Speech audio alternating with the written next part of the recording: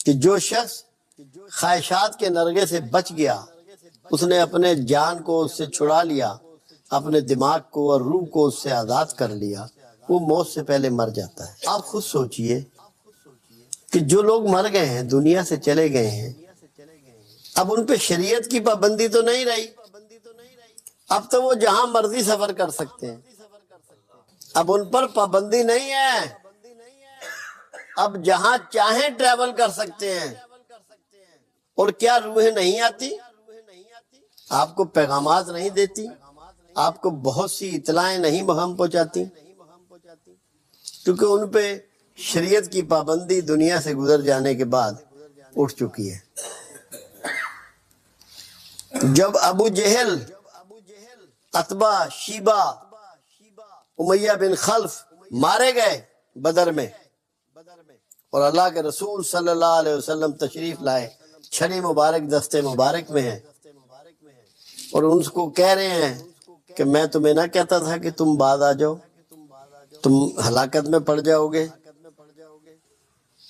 عمر خطاب رضی اللہ تعالیٰ عنہ رسول اللہ صلی اللہ علیہ وسلم کے پاس آئے، اے اللہ کے نبی، کیا مردے سنتے ہیں؟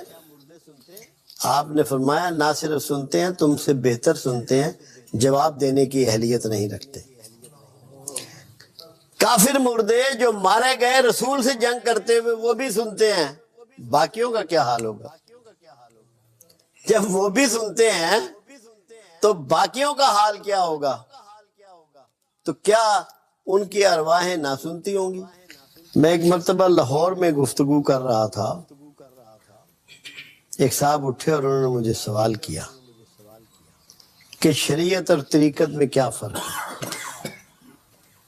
میں نے بہت آسان کر کے ان کو جواب دیا اس کا کہ شریعت پروردگار عالم کا وہ قانون جو عامت المسلمین پر لاگو ہوتا ہے اور وہ اس کی پیروی کرتے ہیں، وہ شریعت کہلاتا ہے، اور طریقت وہ احکامات ہیں، وہ طریقہ ہے جو رسول اللہ صلی اللہ علیہ وسلم کا طریقہ ہوتا ہے۔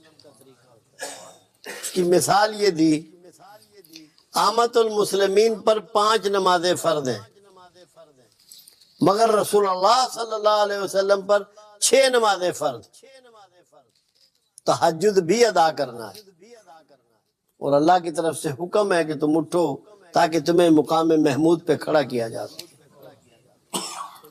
آپ زکوٰۃ دیتے ہیں 2.5%، اللہ کے رسول نے پورے حیات مبارکہ میں زکوٰۃ دی ہی نہیں، کیونکہ جو کچھ ہے سب دے دیا، اب طریقت ہے سب دینے میں، 2.5% شریعت، سب دینا طریقت۔ ان کا جو پہلا سفر ہے وہ نفس امارہ اور نفس لوامہ سے نجات میں ہے، اور اگر آپ یہ سفر کر لیں، میں ایسے لوگ جانتا ہوں اپنی زندگی میں، 2 یا 3 لوگ مجھے ایسے ملے ہیں جن کے لیے فاصلے معنی نہیں رکھتے، بالکل ہرگز معنی نہیں رکھتے۔ میں نے اپنی زندگی میں اس مشاہدے سے گزرا ہوں۔ تو پھر فاصلے اہمیت نہیں رکھتے، اور یہ اندر کی بات کی اہمیت کتنی ہے رسول اللہ صلی اللہ علیہ وسلم کی ایک دعا سے سمجھ لیں۔ آپ فرماتے ہیں اللہ مجھے چیزوں کی حیت نہیں، ان کی فطرت کا علم عطا فرما۔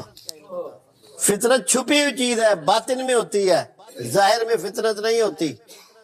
فطرت ایسا ہی ہے جیسے پھول میں خوشبو ہوتی ہے، اس کی پتیوں میں وہ آپ اس کو ٹریس نہیں کر سکتے، وہ آپ کو نظر نہیں آتی، اس کے ظاہری وجود میں نہیں ہوتی۔ جیسے آپ کی آنکھیں موجود ہیں، ان کی بینائی جو ہے وہ اس کے اندر چھپی ہوئی چیز ہے، وہ آپ کو نظر نہیں آ سکتی کہ یہ بینائی ہے۔ یا کانوں میں جو سماعت ہے، جو اس کو آواز کو سننے کی طاقت ہے، یہ آپ محسوس کر سکتے ہیں، دیکھ نہیں سکتے۔ تو باطن کے سارے معاملات آپ احساسات سے جان سکتے ہیں، بصیرت سے جان سکتے ہیں، بصارت سے نہیں جان سکتے۔ آپ دیکھ نہیں سکتے، محسوس کر سکتے ہیں، اس کا احساس کر سکتے ہیں، اس کا ادراک کر سکتے ہیں۔ روحیں تو حدیث مبارکہ کے مطابق عالم برزخ میں چلی جاتی ہیں، اور وہاں پرندوں کے پوٹوں میں رہتی ہیں، پرندوں کے پوٹوں میں رہتی ہیں۔ مگر ایک چیز میں نے دیکھی ہے کہ بعض اوقات اگر کسی خاندان کا کوئی فرد کی موت آنے والی ہو تو خوابوں میں رشتہ دار نظر آتے ہیں جو اس کو لے کے جا رہے ہوتے ہیں۔ اس کا مطلب یہ ہے کہ روحوں کا کہیں نہ کہیں اپنے پیچھے گھر سے، اپنے خاندان سے تعلق موجود ہوتا ہے یا اس کی یاد میں ہوتا ہے۔ اور بعض اوقات ماں باپ کی طرف سے، کسی اور کی طرف سے عالم خواب میں آپ کو آگاہیاں بھی ملتی ہیں، یعنی کہ ایسا ہوتا ہے کہ بھئی ڈانٹا بھی جاتا ہے، سمجھایا بھی جاتا ہے کہ یہ کام مت کرو، نقصان اٹھاؤ گے۔ اس سے یہ ثابت ہوتا ہے کہ جو جانے والی روحیں ہیں ان کی اٹیچمنٹ روحانی طور پر اپنے جن سے وہ محبت کرتے ہیں، جن سے ان کا خون کا تعلق ہے، وہ ان سے قائم رہتا ہے۔ کیونکہ ویسے بھی یہ ہے وہاں اگر وہ لوگ جنت میں ہوئے تو رشتہ داروں کو سب کو قریب کر دیا جائے گا، سب کو، کیونکہ ہوں گے تو وہاں سب جوان مگر سب ایک دوسرے کو پہچانتے ہوں گے، تو اس لیے تعلق تو کچھ نہ کچھ گھر والوں سے، روحوں سے رہتا ہے۔ میری بہن مرحوم، اللہ اسے جنت نصیب کرے، وہ فوت ہو گئی، اسے اپنے والد صاحب کی روح نظر آیا کرتی تھی، میرے والد صاحب کی، کہ وہ آئے ہیں، سر پہ ہاتھ پھیر رہے ہیں، کمر پہ ہاتھ پھیر رہے ہیں بیٹی کے، یہ اس کو فیلنگ ہوتی تھی۔ تو میں محسوس کرتا تھا کہ کچھ نہ کچھ بات ہے ضرور، میری بھی یہ فیلنگ تھی اس بارے میں۔ آپ خود سوچئے کہ جو لوگ مر گئے ہیں، دنیا سے چلے گئے ہیں، اب ان پہ شریعت کی پابندی تو نہیں رہی، اب تو وہ جہاں مرضی سفر کر سکتے ہیں، اب ان پر پابندی نہیں ہے، اب جہاں چاہیں ٹریول کر سکتے ہیں۔ اور کیا روحیں نہیں آتی؟ آپ کو پیغامات نہیں دیتی؟ آپ کو بہت سی اطلاعیں نہیں ہم پہنچاتی؟ کیونکہ ان پہ شریعت کی پابندی دنیا سے گزر جانے کے بعد اٹھ چکی ہے۔ جب ابو جہل، عتبہ، شیبہ، امیہ بن خلف مارے گئے بدر میں، اور اللہ کے رسول صلی اللہ علیہ وسلم تشریف لائے، چھڑی مبارک دستے مبارک میں ہے، اور ان کو کہہ رہے ہیں کہ میں تمہیں نہ کہتا تھا کہ تم بعد آ جاؤ، تم ہلاکت میں پڑ جاؤ گے۔ عمر خطاب رضی اللہ تعالیٰ عنہ رسول اللہ صلی اللہ علیہ وسلم کے پاس آئے، اے اللہ کے نبی، کیا مردے سنتے ہیں؟ آپ نے فرمایا نہ صرف سنتے ہیں، تم سے بہتر سنتے ہیں، جواب دینے کی اہلیت نہیں رکھتے۔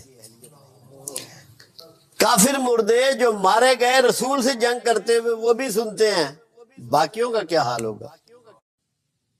مگر صبر کو ایک ہیبٹ بنانا، اپنا رویہ بنانا، یہ ایک سوچا سمجھا عمل ہوتا ہے، یہ بے بسی کا عمل نہیں ہوتا۔ قرآن حکیم میں آپ دیکھیں ایک مکالمہ آپ کو ملتا ہے جناب خضر اور موسیٰ علیہ السلام کے درمیان، اور خضر موسیٰ علیہ السلام کو کہتے ہیں، پیغمبر ہیں اس وقت کے، بڑے جید پیغمبر ہیں، کہ میرے ساتھ رہ کر تم صبر نہ کر سکو، اور 3 ایسی حرکات سے گزرے کہ ہر ایک پر موسیٰ علیہ السلام بول اٹھے۔ اب جب تیسری بات پہ بولے تو انہوں نے کہا اب تمہارے میرے درمیان علیحدگی ہے۔ پھر ان حرکات کے مفاہیم خضر نے سکھائے۔ اب یہاں قرآن صبر کی بات کر رہا ہے، یہاں یہ بات سمجھائی جا رہی ہے جو بھی کوئی ایسا کام ہو رہا ہے، کوئی ایسا فعل ہو رہا ہے جو آپ کو سمجھ نہیں آ رہا، اس کے حوالے سے آپ نتائج اخذ کرنے کی کوشش کر رہے ہیں مگر بات کو جانچتے نہیں ہیں، جانتے نہیں ہیں، اس میں وہ جو آپ کی بے چینی ہے نا، اس کو جلدی جان لینے کی، اس بھید کو جلدی کھول لینے کی، وہ بے صبری ہے۔ تو صبر یہ ہے کہ جو کچھ آپ نہیں جانتے مگر جاننا چاہتے ہیں، اس میں انتظار کریں کیونکہ ایسا کوئی کام دنیا میں نہیں ہے کہ جو میچیور نہ ہوتا ہو۔ اللہ کی یہ سنت ہے، ہر کام کو میچیور کرتا ہے۔ کام کی میچیورٹی کا انتظار کرنا بنیادی صبر ہے۔ یہ انتظار کرنا کہ یہ کب ظہور پذیر ہوگا جو اس میں ہے، اس کے نتائج کب آئیں گے۔ لوگوں میں جلد بازی جو ہے وہ بے صبری میں ہوتی ہے، ایک برداشت ہوتی ہے۔ کوئی آپ کا نقصان کرتا ہے، کوئی دکھ دیتا ہے، آزار دیتا ہے، بدتمیزی کرتا ہے اور آپ اس کا بدلہ نہیں لیتے، یہ بھی صبر کی ایک قسم ہے۔ مگر یہاں ان کی مراد اس بات سے ہے جو انہوں نے اس کا ایک ذکر بھی کیا کہ جب تو اس طرح علم حاصل کرے کہ درخت کے ساتھ جو کانٹے ہیں ان کو دیکھنا شروع کرے، جو دکھ دیتے ہیں، آزار دیتے ہیں، تکلیف دیتے ہیں، اور پھر دیکھتا دیکھتا تو پھول تک پہنچے۔ بظاہر کتنا ہی آزار ہو، نتیجہ پھول ہو۔ اتنا صبر جو ہے، اتنی برداشت جو ہے، یہ صبر میں آتا ہے کہ آپ کوئی بھی کام کر رہے ہیں، کوئی کام شروع کرتے ہیں، کوئی کاروبار شروع کرتے ہیں، ایک دم کامیابی چاہتے ہیں، یہ بے صبرا پن ہے۔ اللہ نے ہماری پیدائش سے ہمیں سکھایا، ہرن کا، شیر کا، گائے کا، بھینس کا، بیل کا بچہ پیدا ہوتے ہی ماں کے دودھ میں منہ مارنا شروع کر دیتا ہے، چلنا شروع کر دیتا ہے، اور انسان کا بچہ اپنا دودھ جو اس کے تھنوں میں اس کی ماں کے اللہ نے ڈالا ہے وہ بھی شک نہیں کر سکتا، اتنا مجبور اس کو بنایا، اور دوسری طرف اس کو اتنا بڑا کر دیا کہ کائنات اس کے لیے مسخر کر دی، تسخیر کائنات انسان کے ہاتھ میں دے دی۔ دنیا کی جتنے جاندار ہیں وہ سب کو غلام بنا لیتا ہے، اپنا متی بنا لیتا ہے، کتنے بڑے ہوں، کتنے خوفناک، اژدہے ہوں، مگرمچھ ہوں، شیر ہوں، ہاتھی ہوں، چیتے ہوں، تو اس بڑا ہونے تک اس کو ویٹ تو کرنا ہے۔ اور سب جانتے ہیں کہ ماں اس کے منہ میں دودھ دے تو یہ پیے گا، یہ خود سے اپنے حصے کا دودھ بھی نہیں لے سکتا، تو اس کو بڑے ہو کے کام کرنا ہے۔ اگر آپ میں وہ صبر نہ ہو، آپ اس کی تعلیم و تربیت نہیں کر سکتے۔ اگر آپ یہ چاہیں کہ یہ ابھی جوان ہو جائے، ابھی فعال ہو جائے، ابھی ایکٹیو ہو جائے، تو یہ بے صبری ہے۔ جیسا اس کے لیے آپ صبر کر رہے ہیں، ایسا ہی آپ صبر زندگی کے تمام شعبوں میں اختیار کریں گے۔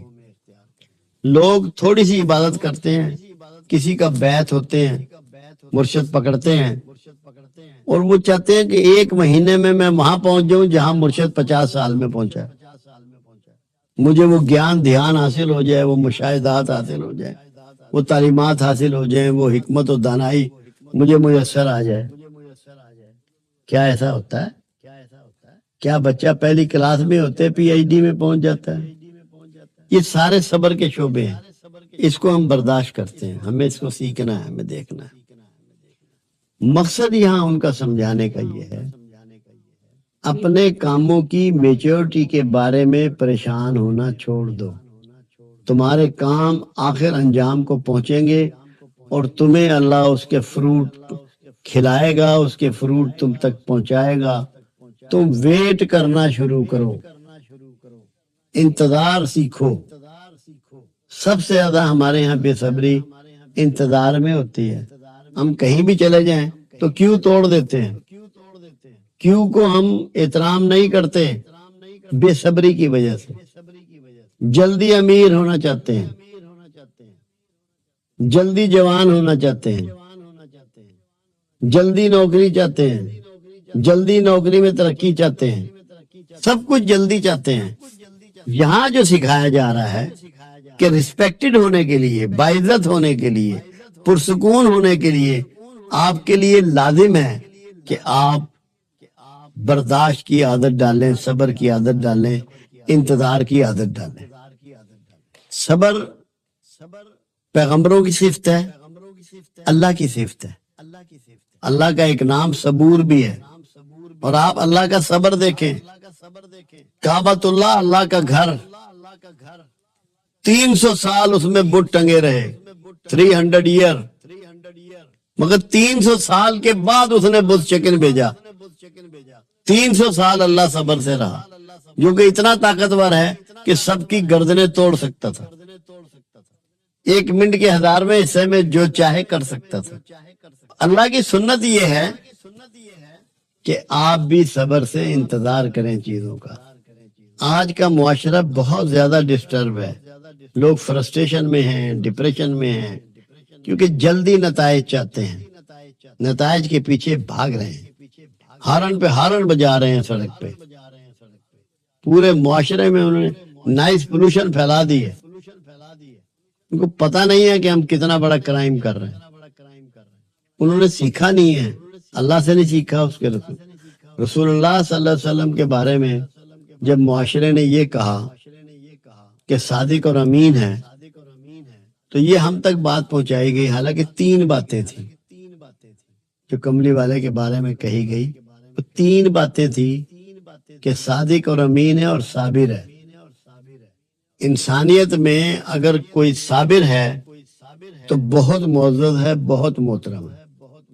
رسول اللہ صلی اللہ علیہ وسلم جب بکریاں چگایا کرتے تھے، آپ کے پاؤں میں جوتا نہیں ہوتا تھا، وہاں کے کانٹے آپ کو چبھتے تھے، پاؤں زخمی ہو جاتے تھے۔ مگر کہیں لکھا ہے تاریخ میں کہ اللہ کے رسول نے ایک دن بھی شکوہ کیا ہو یا گریہ کیا ہو اس بات پہ، یا واویلا کیا ہو؟ تذکرہ تک نہیں کیا۔ وہ جانتے تھے کہ میرا مشن بہت بڑا ہے، مجھے اس صعوبت سے گزرنا ہے، ان گھاٹیوں سے گزرنا ہے، کیونکہ مشن بہت بڑا ہے۔ یہاں صبر کی جو آپ کو تلقین کی جا رہی ہے، اس کی بات سمجھائی جا رہی ہے، وہ اس لیے کیا جا رہا ہے کہ مشنری ہو جاؤ، اپنے مشن، اپنے گول بنا لو، اور ان کو اچیو کرنے کے لیے جو تکلیفیں ہیں ان کو ویلکم کرو، ان کو حاصل کرو، ان کو گلے سے لگا لو، ان مصیبتوں کو، ان پریشانیوں کو، تاکہ دنیا میں کو اچیو کر سکو۔ جو لوگ صبر اختیار نہیں کرتے، اختیاری صبر، اب جیسے رسول اللہ صلی اللہ علیہ وسلم معاذ اللہ غریب نہیں تھے، سینکڑوں بکریے لوگوں کو بانٹ دیتے تھے، اونٹ بانٹ دیتے تھے، جو سامان آتا بانٹ دیتے تھے، مگر فاقے کرتے تھے، کپڑوں کو پیمن لگاتے تھے، جوتیوں کو گانٹھ لیتے تھے، یہ بتانے کے لیے کہ اگر اس طرح کا صبر اختیار کرو گے اور اشیاء کے پیچھے نہیں بھاگو گے تو محترم ہو جاؤ گے، عزت پاؤ گے۔ تو یہ ساری چیزیں، صبر تو ایک بہت بڑی طاقت ہے، اور بے بسی بالکل الگ چیز ہے۔ اب آپ دیکھیے کہ رسول اللہ صلی اللہ علیہ وسلم طائف جاتے ہیں، وہاں لوگ آپ کو دکھ پہنچاتے ہیں، تکلیف پہنچاتے ہیں، آپ بے بس نہیں ہیں۔ فرشتہ کہتا ہے اگر آپ کہیں تو ہم 2 پہاڑوں کو ملا دیں، یہ سب بیچ میں پس جائیں گے، مگر آپ نے فرمایا میں اللہ سے امید کرتا ہوں کہ اللہ انہیں، ان کی اولادوں کو ہدایت دے گا۔ فتح مکہ ہوئی ہے، سب سے بدلہ لے سکتے ہیں، فرما رہے ہیں جو حرم میں داخل ہو جائے پناہ، ابو سفیان کے گھر میں داخل ہو جائے پناہ، دیوار کی طرف منہ کر کے کھڑا ہو جائے پناہ۔ بدلہ لینے کی طاقت ہونے کے باوجود نہ لینا صبر ہے۔ آپ صابر تب ہیں کہ آپ ریونج لے سکتے ہیں، آپ کے پاس طاقت موجود ہے، ذرائع موجود ہیں، مگر ایسا نہیں کر رہے تو آپ صابر ہیں، بے بس نہیں ہیں۔ بے بس تو مجبور ہوتا ہے، اس کے پاس تو اور چارہ ہی نہیں ہوتا کہ وہ صبر کرے، کیونکہ وہ ریونج لینے کی طاقت ہی نہیں رکھتا، اس کے پاس قوت ہی نہیں ہے۔ یہاں صبر یہ ہے کہ آپ کے پاس ساری طاقتیں موجود ہیں، سرمایہ موجود ہے، ذرائع موجود ہیں، اس کے باوجود آپ معاف کریں۔ اللہ نے اپنے آپ کو ایک جگہ منتقم بھی کہا، سورہ آل عمران میں، تو وہ کمزوروں کا انتقام لیتا ہے، مگر اللہ نے کوئی قوم آج تک تباہ نہیں کی جو صرف اس لیے تباہ کی ہو کہ وہ شرک کرتے ہیں۔ جب انہوں نے انسانوں پہ ظلم کیا، زیادتیاں کی، اور انسانوں کی تضحیک کو بہت جگہ رائج کر دیا، تب قوموں کو تباہ کیا۔ اپنے بارے میں اللہ سب سے بڑا صبر کرنے والا ہے، جو اس کو نہیں مانتے اس کا شریک ٹھہراتے ہیں، بے شمار دندناتے پھرتے ہیں دنیا میں، کیونکہ صبر کرنے والے کی حیثیت کو باوجہ صبر کوئی فرق نہیں پڑتا، عزت بڑھتی ہے، کم نہیں ہوتی۔ تو طاقت ہونے کے باوجود، ذرائع ہونے کے باوجود نہ ریونج لیں، نہ کسی کو دکھ پہنچائیں، نہ تکلیف پہنچائیں، آپ کو وہ صبر حاصل ہو جائے گا جو بے بسی سے بہت دور کی بات ہے۔ جو علم آپ سیکھنے کی کوشش کر رہے ہیں اس میں جلدی مت کریں۔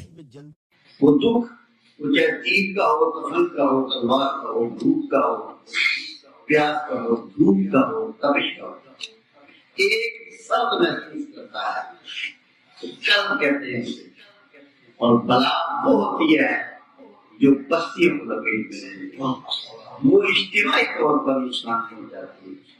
اس لیے شروع سے اس کا نام ہے بلا، کہ کرم بلا۔ ایک شخص نے دیکھی کہ اس رسول کا خاندان جو رحمت للعالمین ہے، جو ساری دنیا کے لیے، کائنات کے لیے، چرند و پرندوں کے لیے، انسانوں کے لیے، حیوانات کے لیے، جرات و ارض کے لیے، یہاں تک کہ فرشتوں کے لیے بھی رحمت، اس رسول رحمت کی گھر کو کہا جائے۔ آپ اندازہ لگائیں اس سے بڑی بات کیا تاریخ میں دور کی رسول رحمت کے گھر کو جا رہا ہے۔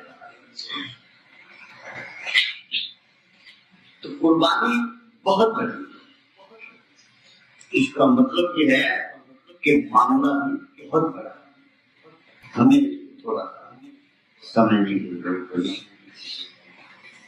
پروردگار عالم کہتا ہے کہ محمد کو نیا دین جو کیا ہے اسی دین پر ہے کہ ابراہیم لائے، تو دین کی ابتدا ابراہیم، دین کی ابتدا ابراہیم، اور اللہ کے نام ربوبی، قربت، تقدس، احترام، اس سب کا معیار قربانی پر پروردگار عالم نے اس کو رکھا ہے۔ اللہ جس کو جتنا بلند کرنا چاہتا ہے، جتنا محترم کرنا چاہتا ہے، جتنی توقیر کرنا چاہتا ہے، رہتی دنیا کا جتنا اس کا معاملہ چاہتا ہے، اس کا ریکارڈ چاہتا ہے، اس کی تکلیف چاہتا ہے، اتنے ہی بڑے جانور کی قربانی دیتا ہے۔ اب ابراہیم خلیل اللہ تھے، اس وقت خلیل اللہ نے آگ میں نہ جھجکے، نہ آگ جھپکی، نہ خوف طاری ہوا، نہ جبرائیل امین کا یہ پیغام ان کا کہ بھائی آپ اللہ کے کہیں اس کو گلزار کر دیا جائے، کسی آفر کو قبول کیا۔ کیونکہ جانتے تھے کہ جو مارنے والا ہے وہی بچانے والا ہے۔ جس نے یہ پروگرام بنایا ہے اس کا اپنا پروگرام ہے، ہم تو اس کے پروگرام پہ لگے۔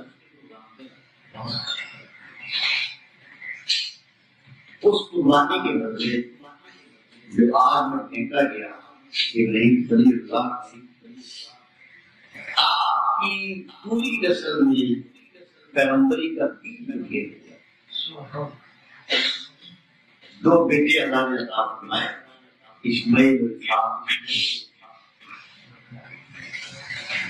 اسماعیل کے خاندان میں پیغمبری اعلیٰ ترین، اسحاق کے خاندان میں پیغمبری اعلیٰ ترین، بڑے پسندیدہ پیغمبر، بڑے بڑے عظیم البرکت پیغمبر، مگر قربانیوں کا سلسلہ جاری رہا۔ اور جتنی بڑی جس کی قربانی قبول کی جائے، اس کی اس کے دین کی اتنی بڑی دنیا میں اہمیت ہوگی، قیامت کے بعد بھی اور قیامت تک۔ اسی لیے پروردگار عالم نے قربانیوں کے اس سلسلے کو جاری رکھا دیا۔ اب اولاد اسحاق میں سے جو آخری پیغمبر ہے، وہ عیسیٰ علیہ السلام. عیسیٰ علیہ السلام کے باپ نہ تھے، بن باپ کے پیدا ہوئے، مگر عمران کی بیٹی مریم علیہ السلام کے بیٹے وہ بھی پیغمبروں کی اولاد ہے، بنی اسرائیل کے پیغمبروں کی اولاد ہے. اسحاق علیہ السلام کی اولاد میں سے ایک بیٹی کے بیٹے کو قربانی کے لیے چنا گیا. جب سلیب دی گئی اس کے ساتھ تو انتہائی اذیت دی گئی، یہاں تک کہ سلیب کندھوں میں باندھ دی گئی اور کہا اسے خود ہی پہاڑ پہ لے کر گئے. اور راستے میں جب ذرا پھنستے یا دم لینے کی کوشش کرتے نویدوں کی حیثیت سے ان کو دفن کیا. یہ ایک صبر کا انسان ہے جس نے عیسیٰ کیا. یہ الگ بات ہے کہ اللہ نے ان کو موت سے کب اٹھا دیا اور ہمیشہ کے لیے زندہ کر دیا. انہوں نے اس نے کی، انہوں نے اپنے درد کا شکوہ نہیں کیا، کسی حوالے کو مدد کی نہیں کیا، کامیاب ہو گئے. ایک سلسلہ پیغمبری کا ختم ہو گیا.